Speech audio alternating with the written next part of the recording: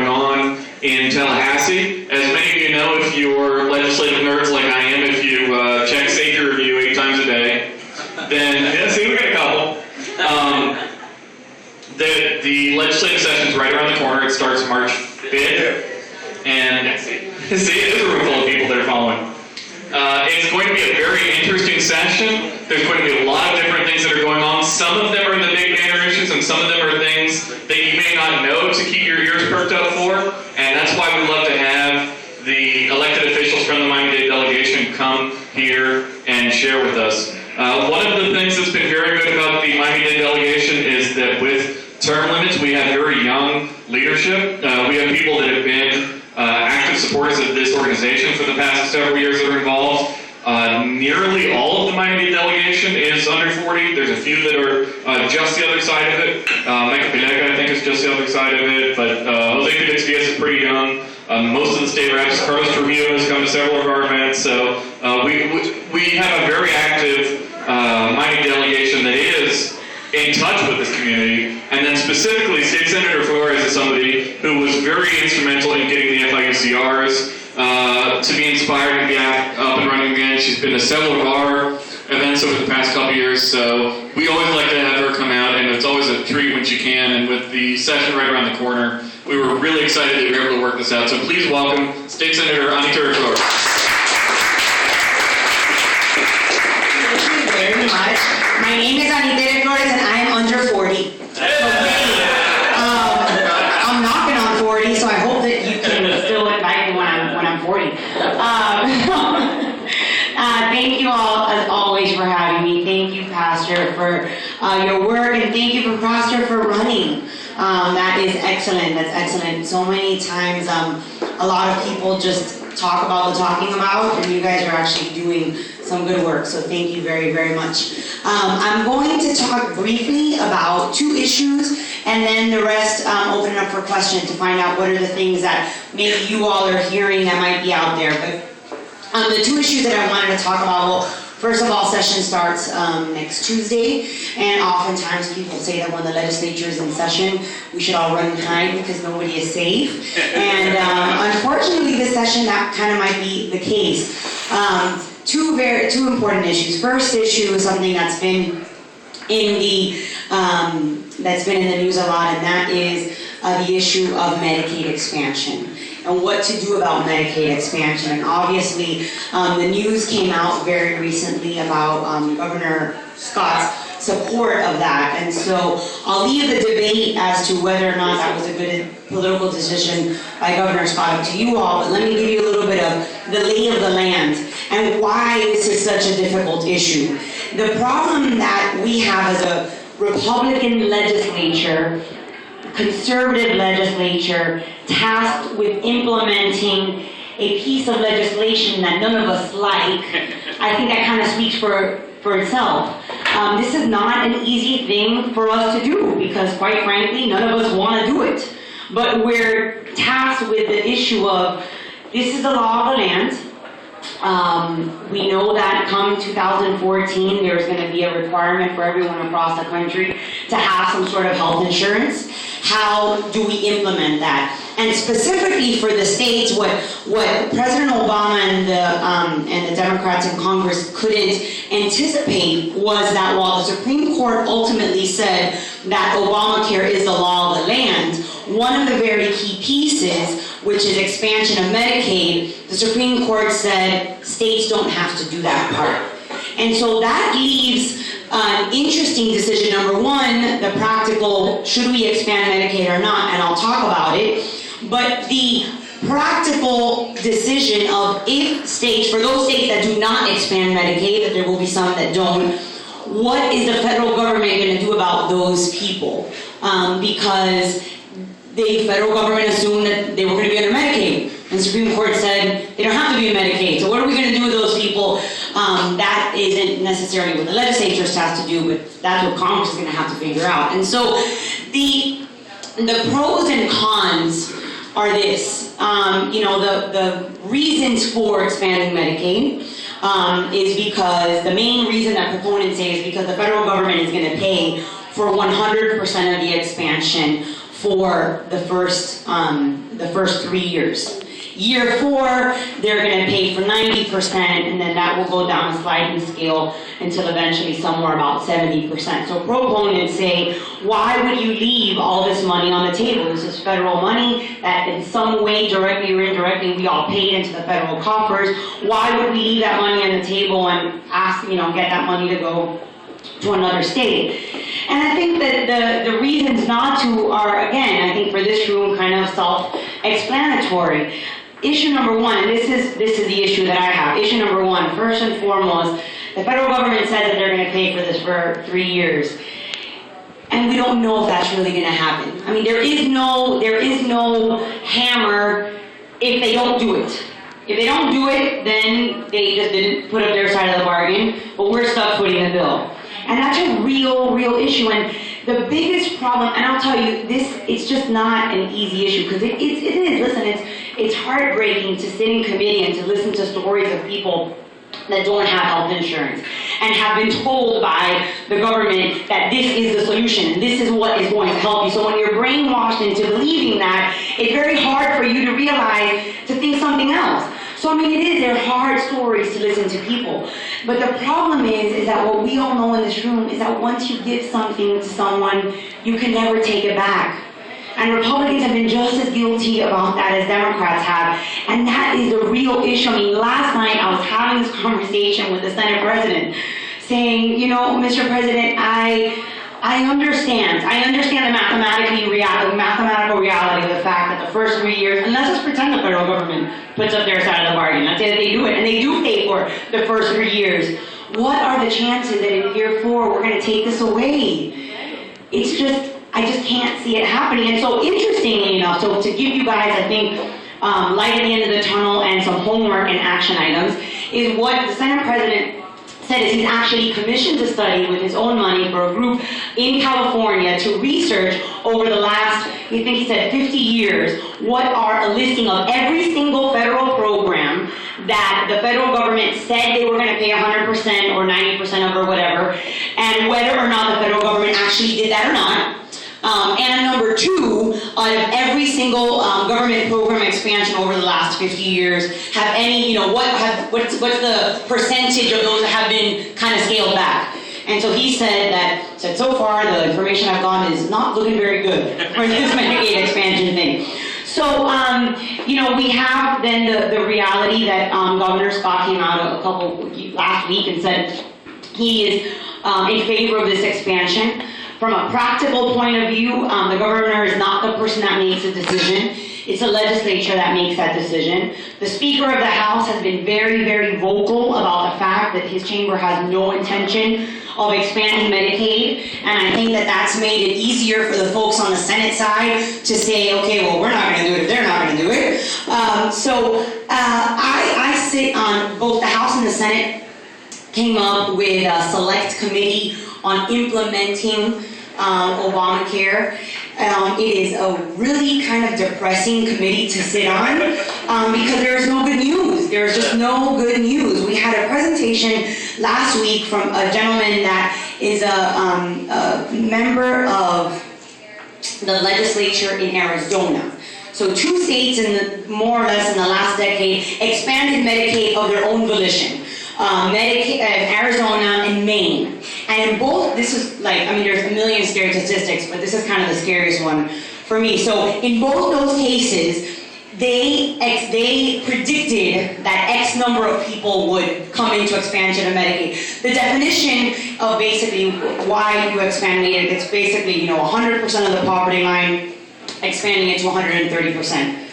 It might not be exactly those numbers, but you know what I'm saying. So it depends on your salary, right? So they predicted in both these cases that if 100% of the people who were newly eligible would get onto the rolls, it would cost the state X amount, 100%. So what happened is that a couple of years into the program, in both cases, they realized their actual numbers, it was double the number of people that they predicted. So my question was, if you predicted 100% would get in, who the heck are these new people? Where did they come from? So this is the scary thing. People started to shed their own private insurance that they had to pay for at work because, why do I have to pay for it now? I can get it free from the state. And that is really scary. So then we asked, well, then why is Arizona now one of the states that Jan Brewer came out and said, we're going to go ahead and expand Medicaid? And this legislator said, because she's now stuck with this horrible, sad reality that there is no going back ever, ever, ever on the issue of Medicaid for the state of Arizona. There's nothing, so at least maybe they can recoup a little tiny bit of the investment that they've made so far. And in Maine, very similar story, but Maine has, the governor and the legislature of Maine have decided that they are not going to expand Medicaid.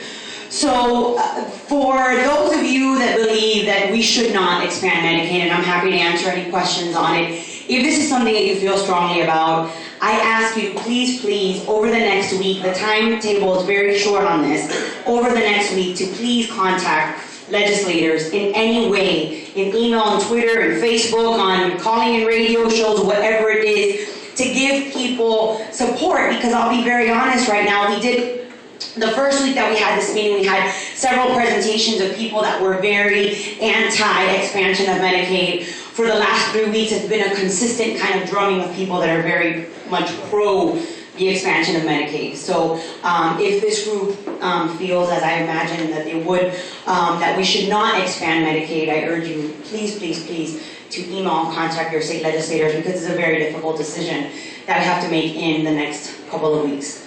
So issue number 2 is an education issue.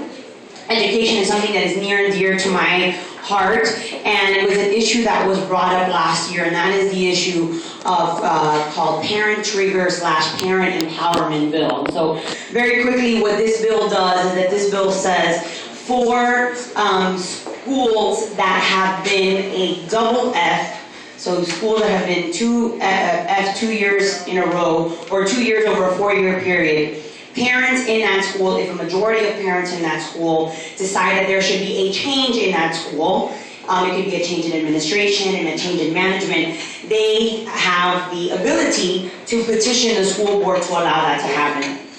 This issue last year became very controversial and actually died in the Senate on a 20-20 vote. I think I came and I spoke to you guys right after that. It was really depressing. It was a 20-20 vote on the Senate floor.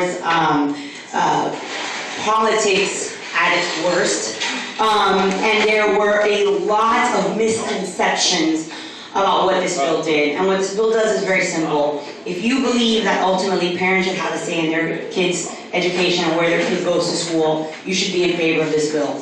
Right now, the bill in its current form is something that is unfortunately so watered down. I mean, we're only talking about maybe 20 or 30 schools statewide that you wouldn't even get in, that would even fall under this category. We have to give those kids hope. What I always say when it comes to the issue of education reform, imagine going and talking to, a kindergarten student that is going to start into a school that's a feeder pattern for a perpetually F high school, and saying, we pretty much know today, at age 5, that you're not going to graduate from high school. That's the reality that we're telling those kids today. And things have gotten better, and there are certainly opportunities, but this is just one more tool that I strongly believe that we can give parents to say they should have a say in the school. Now, the opponents of this bill say that all that this bill is trying to do is to say you're going to turn all those schools into charter schools. There is a possibility that schools could be turned into a charter school, but the practical reality of 100% of the schools that we're talking about becoming charter schools is virtually impossible.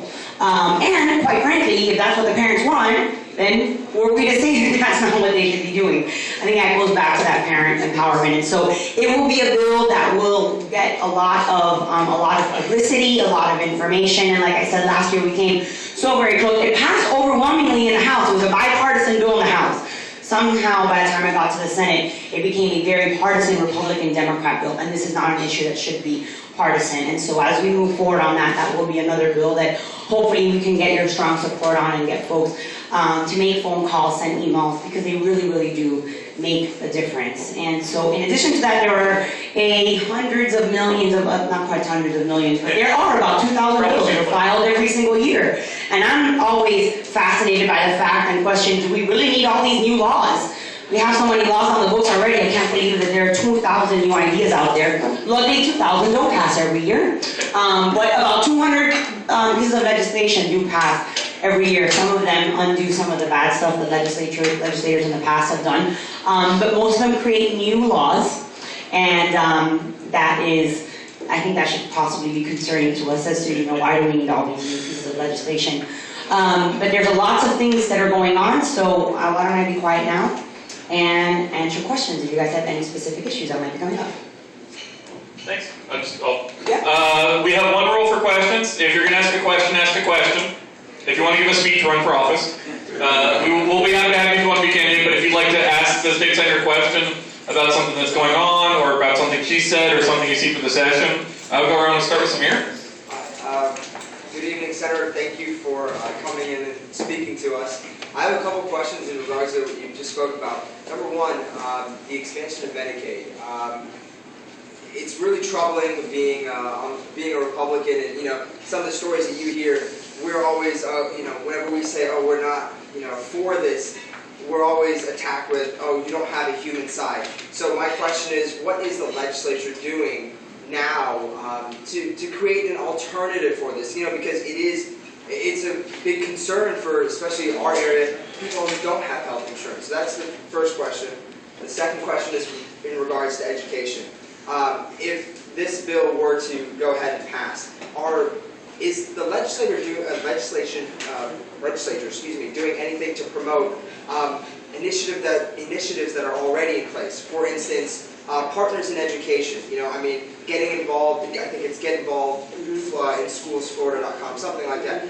Initiatives like that, are they promoting that to the parents? Because a lot of these parents don't have any idea that things like this are already in place. So what is the legislature doing? Great, two great questions. And really the issue, your first question on Medicaid, is the debate that we're having, not just in the legislature, but it's part of the overall debate of, as a Republican Party, how do we show folks, I think Marco, when he gave his State of the Union response, one of the things that really stuck out was saying the Democrats make us seem as we are against poor people, and we're not. And these are the reasons why we're not. But this issue with Medicaid, we have to be really careful about it, because that is what the attack is. The attack is, well, you just don't like poor people, you don't think people should be on Medicaid, and what are they going to do about it? So the alternatives that we, I think, would propose, and this is very much just my opinion, and this is not speaking on behalf of the Senate or the House. I think the proposals that we would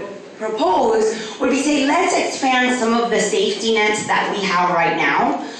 We have a program called Kid Care that provides health care for kids that are kind of the in-between kids, not kids that are poor enough to be on Medicaid, but kids that don't have the means to be on insurance. So we can expand. There are existing programs that we have that we can expand. There's an existing state exchange for healthcare. This is something that I learned. It's just not very well promoted, and it's not very well used.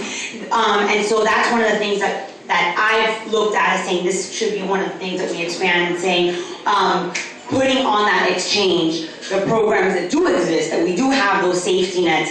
And possibly, if we would look at any sort of Medicaid expansion, putting some very, very strong limits on who would be the folks that would be eligible. There's an argument that can be made for children, for women, for elderly, and there's an argument to be made, I would imagine, for able-bodied young people as well. But what are the safeguards that we have to know that this person really has no other choice?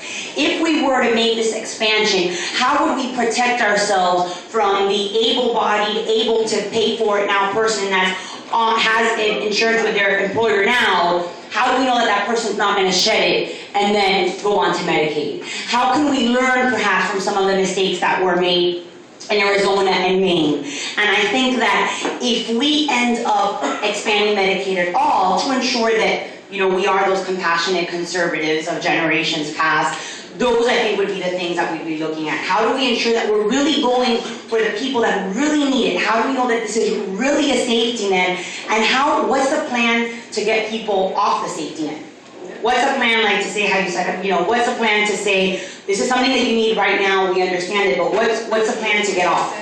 What's the plan, for you to be able to provide for yourself? Secondly, for the issue of education reform, the answer is yes. I think that legislators do a fairly decent job, I guess, of promoting the programs that we have right now. We could always do better. But one of the things about education reform kind of in general and the strides that we've made in Florida about education is that because of the expanded options and choices that we've given students and parents over the last decade, it's made all schools improve. So the reason why all of our schools, be it traditional public schools, charter schools, private schools, magnet schools, IB schools, the reason why I think those programs are improving is because we've expanded choice across the board and we've made really market-driven reforms and saying, we're going to put a parent in charge rather than saying, that the money's going to follow the student rather than saying that the money is tied to your neighborhood school or whatever it might be. So, I think that we've done a decent job of getting the information out, but obviously we could always do a lot more. Thank you. I have two questions. One is, how do we go about, as the owner of Club of Miami and you, to get more awareness to who you guys are? Because without coming here tonight, I honestly probably would have never met you guys or even known who you were. So, outside of Marco Rubio, outside of the Millard brothers, outside of Ileana Ross-Layton, I don't really know who my representatives are at the state of Florida level and at the national level. So what we can do to make more awareness of that'd be great to know. My second question is, in my honest opinion, through lots of research and consultation, I think our national government, in terms of working together and anything that's done, is a joke. So my question is the state of Florida legislature similar, or do you guys actually get things done? Great two questions. So the answer to question number one is that the only way that you don't know what you don't know. So you didn't know what you didn't know today, and now you know. I hope that kind of made sense, right? But now you know. So now what's your job and what's your homework? Your homework is to go out there and tell 2 people tomorrow and 2 people the next day and 2 people the next day so that more and more people find out there is no other magic solution.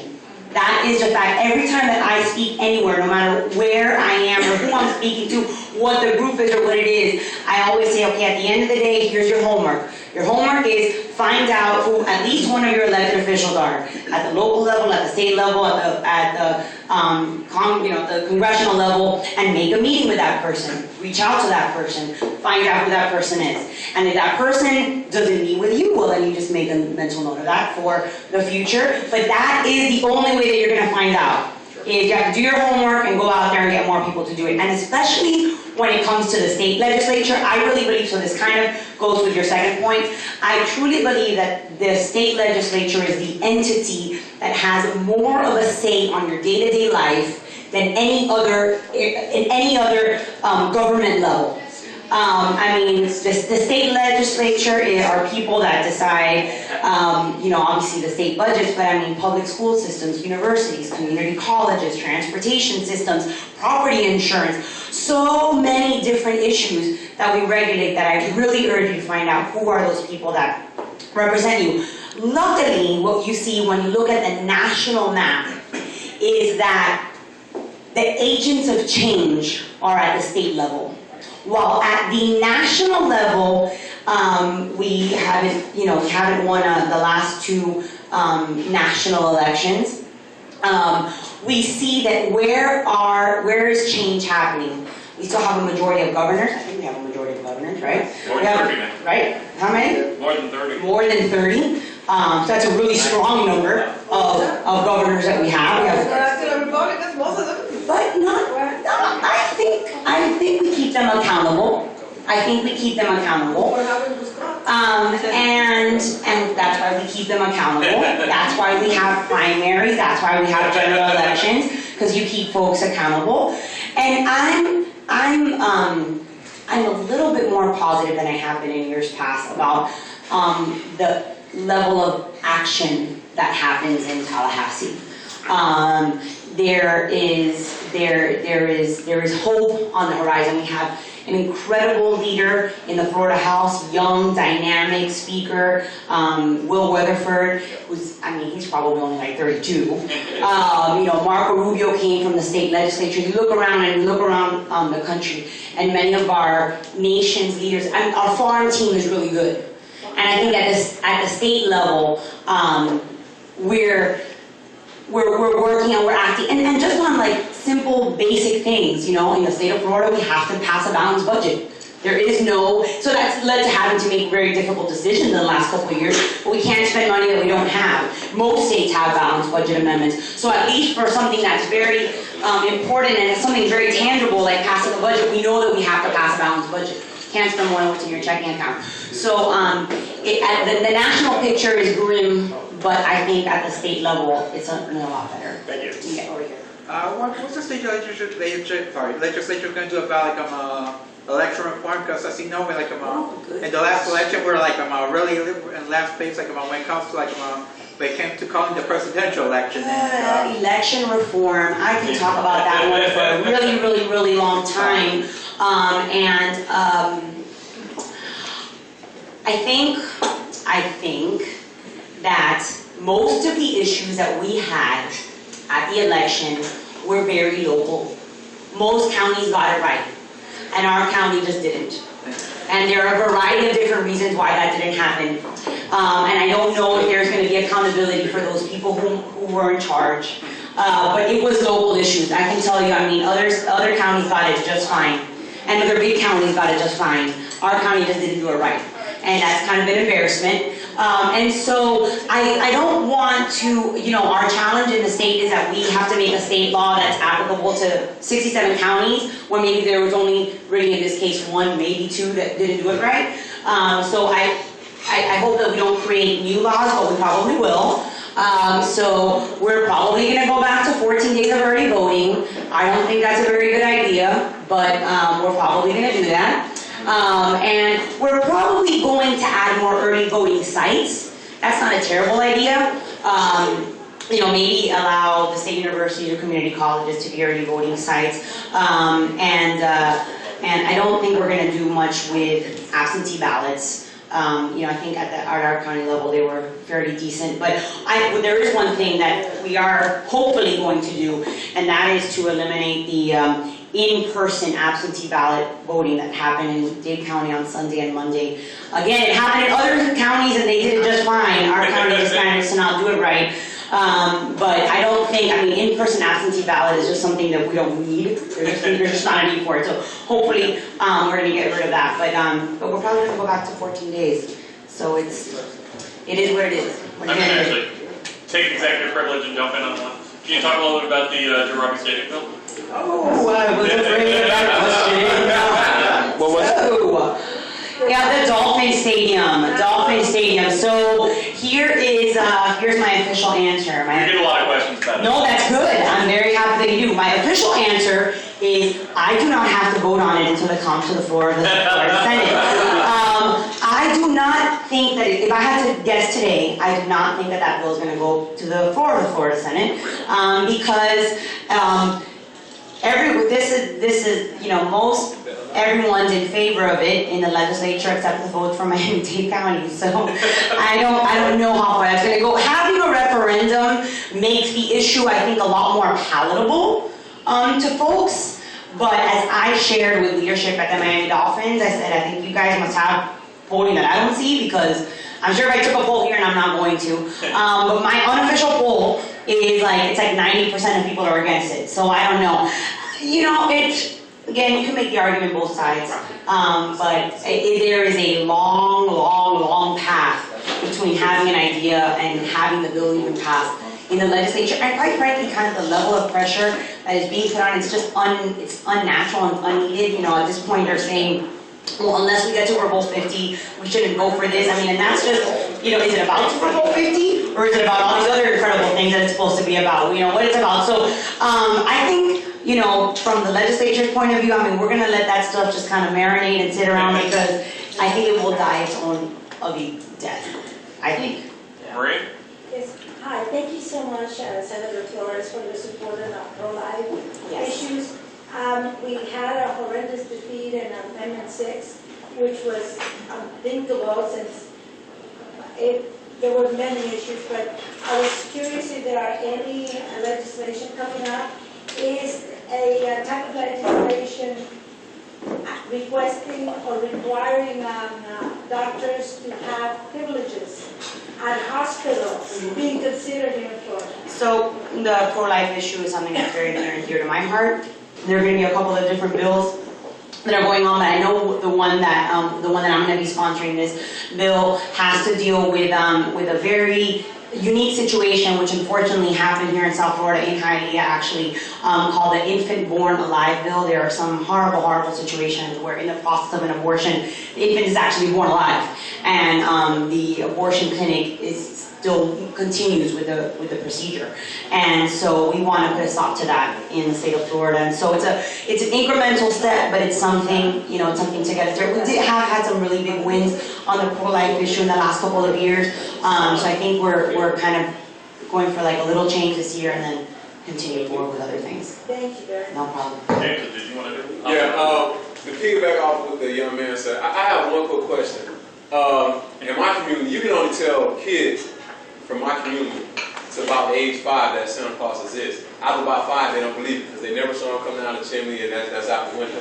My question is to you, how can we get you guys involved and the community actually know who you guys is, and which would make it a lot easier for me because I can tell them about you, but if they're not seeing you there, it's kind of make it like I tell you about these kids. After 5, you can't tell them Santa Claus come down. They don't believe that. They never saw it in 5 years. So how can we, or who do we need to get in contact to get you guys involved that we can get the message out for that? My second question is, what is the penalty for the people that don't want to be with the Medicaid that, Rick Scott said that he agreed to? Right. What will be the penalty for that? So, so first answer to your question is, let us know. I mean, we've all got a million things that are going on, but I mean, I love doing this. I love coming out and talking to people. I love, getting directly into the community, and so let us know if events that are out there, information that's out there, and get a relationship with, if you can't with your state rep or state senator, with other state reps and state senators. And like Bradley said, I mean, I think the group that we have in Miami-Dade County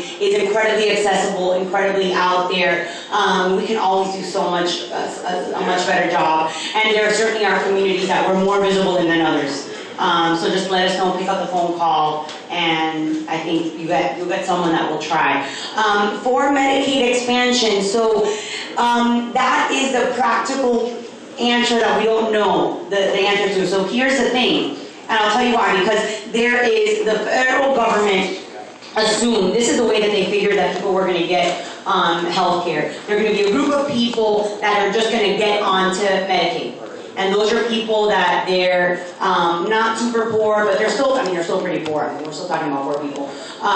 And they're going to get on Medicaid expansion. They're the people, I think it's 133% of the poverty line. I think that's the number. And then there are people that are above that they're going to make enough, and they're either going to have to get it through their private employer, they're going to have to find it through the state exchange or a federal exchange, where an exchange is basically, it's almost like a website that you can go on and figure out these are all the different options I have for healthcare, and I'm going to choose a cheap option from there. Or if I don't do either of those two things, I'm going to pay a penalty, and the IRS is going to come to me and say, you don't have insurance, you have to pay a penalty. So the group of people that are between 100 and 133% of, it's the other way around, 150 to 133% of poverty, those are the people that we're talking about expanding Medicaid to. The federal government didn't think the Supreme Court was going to do what they were going to do.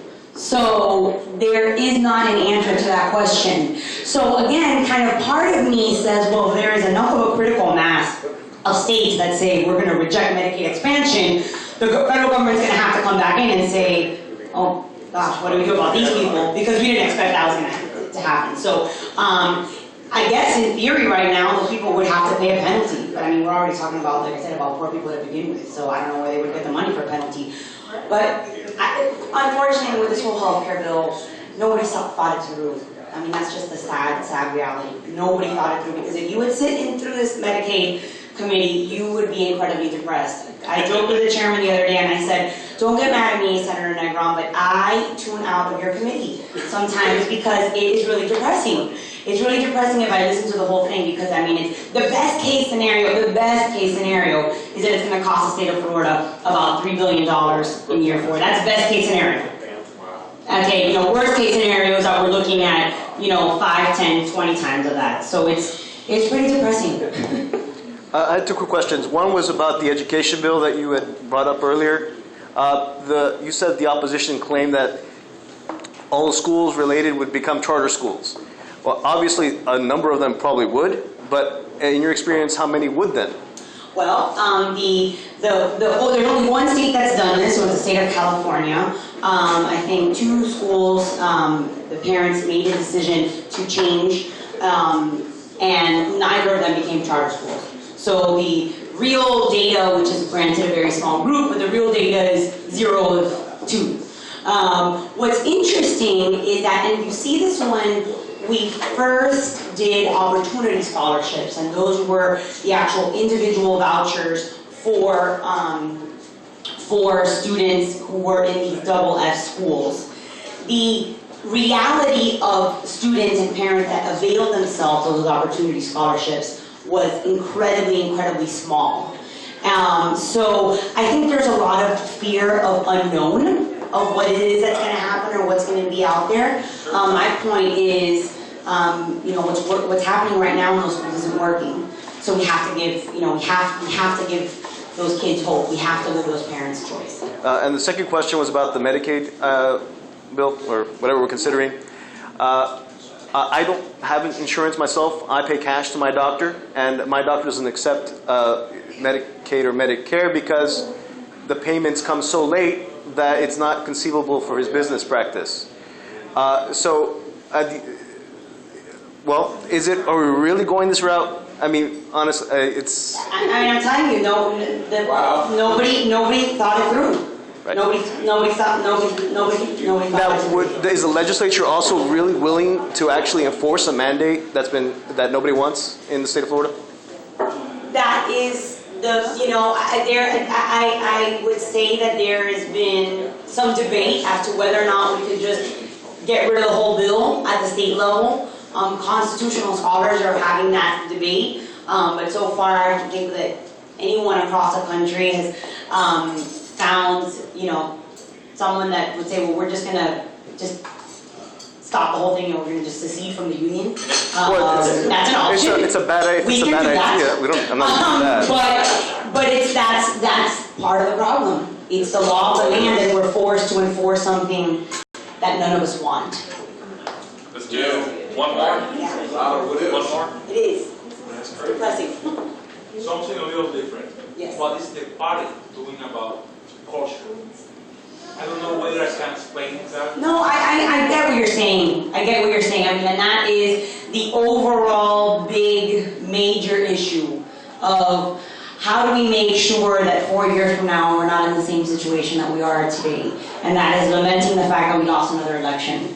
Rather than get into a very lengthy debate of what that should be, I think that, I read somewhere today that I got an email today from some activist group that said there is a war going on for the heart and soul for the Republican Party. And that's exactly what's happening. I think that in 2010, the midterm elections, there was a group of Tea Party groups that kind of swept the entire nation and were very successful. In 2012, we saw the pendulum at the national level swing totally the other way. So now we're faced with that same question of where do we go now? What do we do now? There's not an easy answer to that question. I'm someone that believes that we have very core conservative principles that we should stick to those. I don't think that we should change what we believe in. Perhaps we can change the way that we say things, because I don't think that we obviously, we're not a party that's against poor people. We're not a party that's against immigrants. We're not a party that's against minorities, but we've been branded that way. And so how we change that, I think, starts in groups like this. Interpret.